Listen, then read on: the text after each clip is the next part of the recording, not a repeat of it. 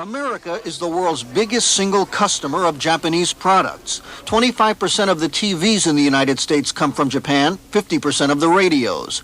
38% of the cameras in this country are Japanese, and 27% of the cars sold in America are made in Japan.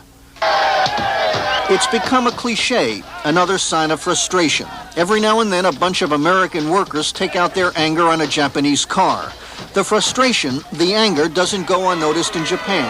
They put it on television. Civil rights marchers, 5 are pleading not guilty.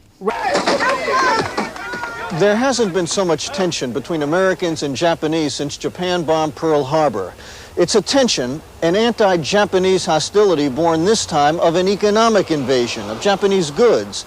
And a lot of that hostility is being aimed at, of all people, a group of Americans. Them.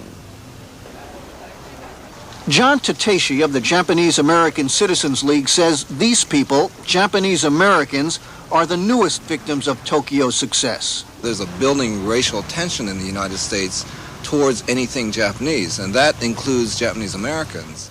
Japanese Americans like U.S. Congressman Norman Mineta. His district takes in part of Silicon Valley, where American high-tech firms are facing stiffer and stiffer competition from the Japanese. And Mineta hears about it when a constituent thinks Japan is doing too well. Whether it be a phone call or a letter that says, you dirty Jap, or references about you Japs are ruining our economy. I mean, that to me is just ludicrous. And this is one of the signs of frustration in Detroit. They're just saying, well, if you have an Asian face, then you must be the, quote-unquote enemy. He's a Japanese American who drives a Honda in Detroit and who asked us not to show his face. When I've been driving in the past, both alone and with my wife, we've had people yell at us from their cars that if we didn't like this country, we didn't have to stay here. If we would have bought an American car, we could have kept some of the people in this country working rather than our friends back home. Emperor Hirohito leads the LYBs, the little yellow bellies who claim the rising sun for their own. Nobody is comparing today's anti-Japanese feeling with what it was 40 years ago, or what's happening to Japanese Americans today to what happened to them then, when they were locked up for the duration of the war. But memories like that are fresh enough. If you were to look at the Japanese American community really carefully, I think you'll see a tremendously patriotic community. I mean, 100% red, white, and blue American with a little bit of yellow thrown in it. $10. $10? Okay. Like millions of other Americans, they understand that the United States has a serious Japanese problem. What they want everyone else to understand, they say, is the problem is not them. Bernard Goldberg, CBS News, San Francisco. Is the first item of business in a hearing today by the U.S. Commission on Civil Rights.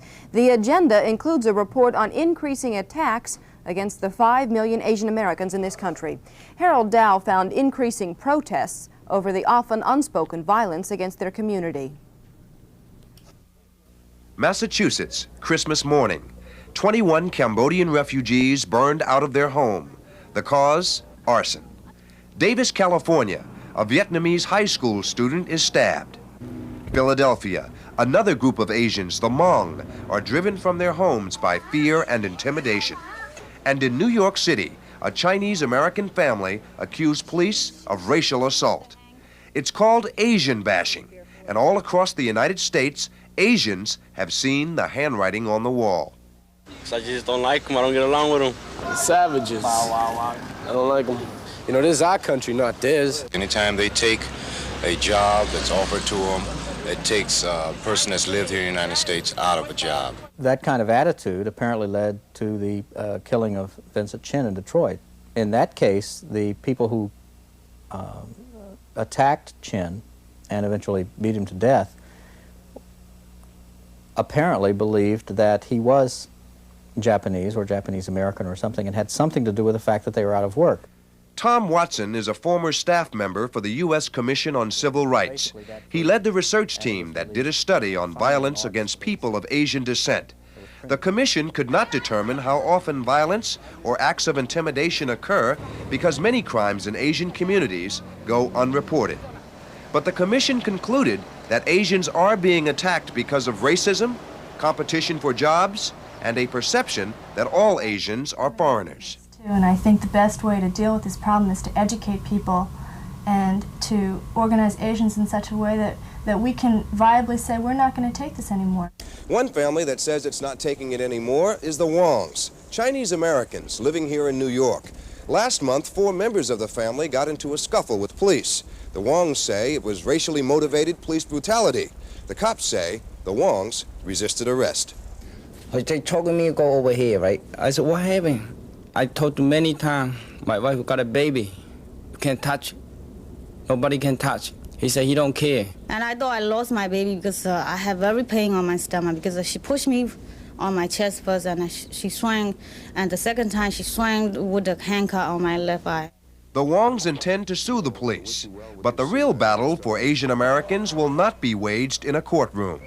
These people know the battle can only be won when the other America looks at their faces and doesn't ask who they are or where they come from.